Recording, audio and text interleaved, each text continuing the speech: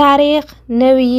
ዮናስ ኣብ መጽሓፍ ቅዱስ ካብ ምዕራፍ 1 ክሳብ ምዕራፍ 4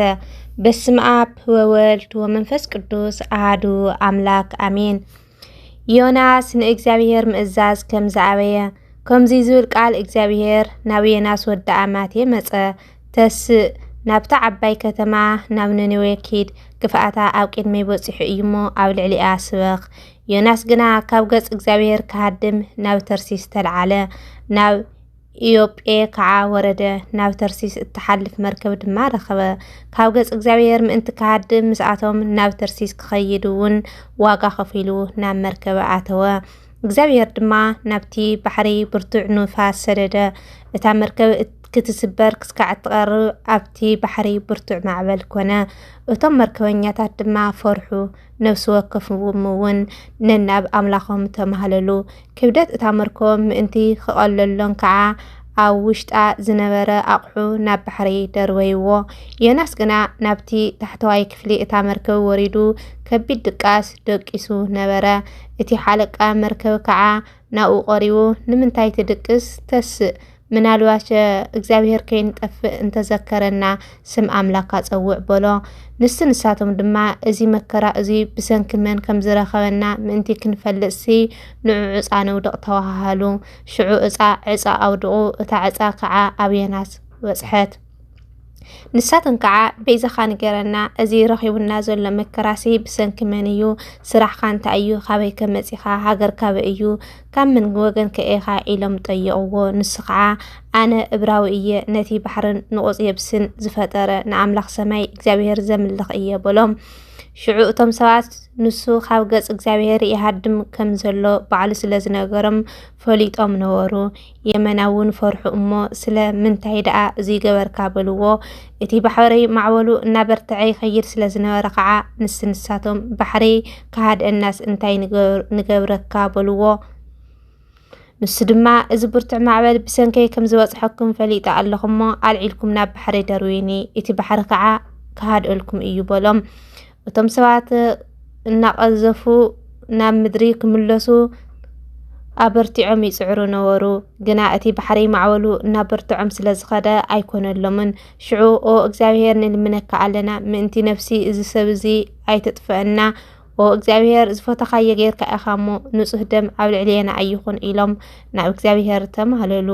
ንዮናስ ኣልዒሎም ድማ ናብ ባሕሪ ደርበይዎ እቲ ባሕሪ እውን ካብ ምንዋፁ ሃድአ እቶም ሰባት ከዓ ንእግዚአብሔር የመና ፈርሕዎ ንእግዚአብሔር ድማ መስዋዕቲ ሰውኡ መጽዋዓ እውን ተማጻውዑ እግዚአብሔር ግና ንዮናስ ዝውሕጥ ሓደ ዓብይ ዓሳ ኣዳለወ ዮናስ ከዓ ኣብ ከብዲ ዓሳ 3 መዓልትን 3 ለይትን ገበረ ምዕራፍ 2 ዮናስ ጸሎት ዮናስ ኣብ ከብዲ ዓሳ ኮይኑ ናብ እግዚአብሔር ኣምላኹ ጸለየ ከምዚ እውን በለ ብግዜ መከራይ ናብ እግዚአብሔር ኣምላኸይ ኣወኹ ንሱ እውን ሰምዐኒ ኣብ ክርስቶስ ይእል ኮይነ ኣወኹ ንሱ እውን ንስኻ እውን ድምፀይ ሰማዕኻ ንስኻ ናብቲ ማዕሚቑ ናብ ልቢ ባሕሪ ደርበኻኒ ወሓይ ዝከበቡኒ ኩሉ ማዕበልኻን መጎድኻን ብልዕለይ ሓለፈ ኣነ ከዓ ካብ ቅድሚ ኣዒንትኻ ተሰጎኩ ግና ናብ ቅዱስ መቕደስካ መሊሰ ክጥምት እየ በልኩ ማያት ክስካዕ ነፍሰይ ከበቡኒ ማዕሚቑ ኣብ ዙርያይ ነበረ ሳዕሪ ባሕሪ እውን ኣብ ርእሰይ ተጠምጠመ ናብ መሰረት እምባታት ወረድኩ ኣብ ምድርን ኣብ መወርወሪታትን ንዘለዓለም ተዓፀኹ እግዚአብሔር ኣምላኸይ ንስኻ ግና ንህይወተይ ካብ ጉድጓድ ኣውፃኻያ ነፍሰይ ኣብ ውሽጠይ ምስ ዝሓለት ንእግዚአብሔር ዘክርኽዎ ጸሎተይ ናባኻ ናብ ቅዱስ መንፈስካ ናብ ቅዱስ መቕደስካ ትዕረግ እቶም ኮንቱን ሓሶትን ዝሕሉ ጸሎተይ ናባኻ ናብ ቅዱስ መቕደስካ ትዕረግ እቶም ኮንቱነትን ሓሶትን ዝሕሉ ምሕረቶም ይሓድጉ ኣነ ግና ብምስገና ቃል መስዋዕቲ ክስዋእልካ እየ ነቲ ዝተመጻዕኽዎ ከዓ ክህብ እየ ድሕነት ካብ እግዚአብሔር እዩ ሽዑ እግዚአብሔር ነቲ ዓሳ ኣዘዞ ንሱ እውን ንዮናስ ናብቲ ንቑፅ ምድሪ ተፍኦ ዮናስ ምዕራፍ 3 ዮናስ ንእግዚአብሔር ከም ዝተኣዘዞ ንኻልኣይ ግዜ ከዓ ከምዚ ዝብል ቃል እግዚአብሔር ናብ ዮናስ መጸ ተስእ ናብ ነነዌ ናብታ ዓባይ ከተማ ኸይድ ኣነ ዝነግረካ ስብከት ስበኸላ በሎ ዮናስ ድማ ከምቲ ቃል እግዚአብሔር ተሲኡ ናብ ነነዌ كدا ننوي كنا من قد سلست معلتي اتوسد يمن عباي كتما نمرت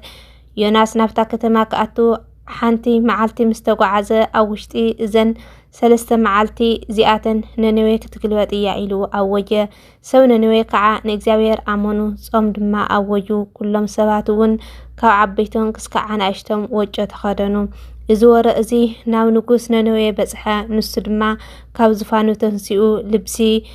منغستو كانت وجه تخدينون أو حمقشت تقامت أو حزبي ننوي كعا بتأزاز نقوسن مخاننتن كمزي زي الأواج أو وجه سو وي انسسا حدقوا أي طعام مقاسة خفتو خانا مقاسة أواقع سخانا أي طعامو أي فورو مايون أي ستيو سوين انسسان وجه يكدنو أو إلوم دما ناو زاويري أويو نفسو وقفون كعا كاكفو من قدن كافتي أو إيدو زلق فعن إمالاس እግዚአብሔር እንተ ተመለሰውን እንተ ተናስሐን ንሕና ከይንጠፍእ ድማ ካብ ጉሁር ቁጥዑ እንተ ተመለሰን መን ይፈልጥ እግዚአብሔር ከዓ ካብ ክፉእ መንገዶም ከም ዝተመለሱ ግብሮም ረአየ እግዚአብሔር እውን ነቲ ከውርደሎም ኢሉ ተናጊርዎ ዝነበረ ክፉእ ነገር ተናሲሑ ኣይገበሮን ታሪክ ዮናስ ምዕራፍ 4 ኩራ ዮናስን ምሕረት እግዚአብሔርን እዚ ነገር እዚ ንዮናስ ኣይሐጎሰን የመናውን ተቆጥዐ ናብ እግዚአብሔር ድማ ኦ እግዚአብሔር ልምነካ ኣለኹ እቲ ኣብ ሃገሬ እንተለኹ ዝተዛረብክዎስ እዚ ዶ ኣይኮነን ለጋስን ርህሩህን ንቁጣዓ ደንጓይን በዓል ዓብዪ ምሕረትን ክፍኣት ካብ ምምፃእ እተናሳሕ ኣምላኽ ከም ዝኾንካ ስለ ዝፈለጥኩ እየ ኣቐዲመ ናብ ተርሲስ ዝሃደንኩ ኦ እግዚአብሔር እምበኣርከሲ እዚ ካብ ብህይወት ምንባርስ ሙማት ይሐሸን እዩሞ ልምነካ ኣለኹ ንነፍሰይ ካባይ ውሰዳ ኢሉ ጸለየ እግዚአብሔር ድማ ብስሩ ክትቁጣዕዶ ይግበአካ እዩ በሎ ዮናስ ከዓ ካብታ ከተማ ንወገን ምብራቅ ኣቢሉ ወፀ እሞ ኣብኣ ተቐመጠ ንባዕሉ ድማ ዳስ ገበረ ነታ ከተማ ዝወርዳ ክርኢ ከዓ ኣብ ትሕቲ ጽላል ተቐመጠ እግዚአብሔር ከዓ ንዮናስ ርእሱ ክተጽልለሉ እሞ ካብ ጭንቂ ክተድሕነ ኢሉ ሓንቲ ተኽሊ ሓምሓም ኣብቆለ ኣብ ልዕሊኡ ከም እትዓቢ ድማ ገበራ ዮናስ እውን በታ ተኽሊ ሓምሓም የመና ተሓጎሰ ግና ንጽብሒቱ ምስ ወግሐ ኣምላኽ ሓሰኻ ኣዳለዎ እሞ ነታ ተኽሊ ድማ እቲ ሓሰኻ በልዓ ንሳ ከዓ ነቐፀት ፀሓይ ምስ በረቐት ድማ እግዚአብሔር ዘቃጽል ንፋስ ምብራቅ ኣዳለዎ እታ ፀሓይ ከዓ ንዮናስ ርእሱ ክስካዕ ዝዞረ ወቕዕቶ ንሱ እውን ንባዕሉ ሞት ተመንዩ ካብ ብህይወት ምንባርሲ ሙማት ይሐሸን በለ እግዚአብሔር ከዓ ንዮናስ ብሓቂ ብዛዕባ እታ ተኽሊ ሓምሓም ክትቁጣዕ ዶ ይግበአካ እዩ በሎ ዮናስ ድማ ክስካዕ ሞት ክቁጣዕ ይግበአኒ እዩ በለ እግዚአብሔር ከዓ ንስኻ በታ ዘይደኸምካላን ዘይዕበኻያን ብሓንቲ ለይቲ ዝበቆለት ብሓንቲ ለይቲ ድማ ዝጠፍአት ተኽሊ ሓምሓም ሓዘንካ ኣነኸ ነታ ዓባይ ከተማ ነነዌ የማኖም ካብ ፀጋሞም ክፍለዩ ዘይክእሉ ካብ 120,000 ዝበዝሑ ሰባት ብብዙሓት እንስሳትን ዘለዋ ክርህርህላዶ ኣይግበአንን በሎ ኣሚን ርህሩህ ኣምላኽ ሕያዋይ ኣምላኽ የርድአና ንሰብኣ ነነዌ ዝሰምዐ እናትና ጾምን ጸሎትን ምህለላን ይስምዐና ምእንቲ ህፃናትን እንስሳስን ኢሉ የቕረበለና ስለ ቃል ናይ ቃል በዓል ቤት እግዚአብሔር ኣምላኽ ዝተኸበረ ዝተመስገነ ይኹን ዮናስን ነነዌን መንፈሳዊ ግጥሚ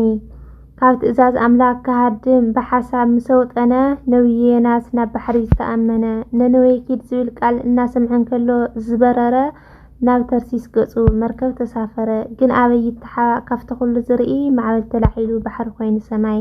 ብሰንከ እዩ ኢሉ ዮናስ ምስ ተናዘዘ ዓብዪ ዓሳ ወሓጦ ኣብ ማእኸል ማይ ተተሓዘ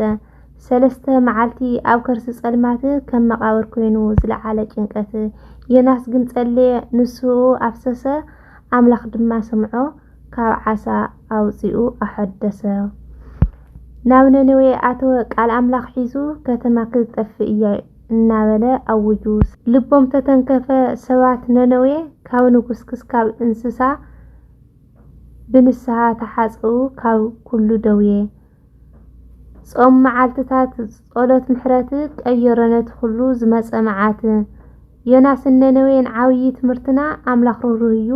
ንመለስ ኣብ ልብና ጾም መዓልትታት ጸሎት ምሕረት ቀየረነት ሁሉ ዝመጸ መዓት ዮናስ ነነዌን ዓብዪ ትምህርትና ኣምላኽ ርህሩህ እዩ ንመለስ ናብ ልብና ኣሚን እግዚአብሔር ኣምላኽ ንጾም ነነዌ ንሰብኣ ነነዌ ሰምዐ ንዓናውን ሰሚዑ ምሕረቱ ይለኣኸና ወስብሐት ለእግዚአብሔር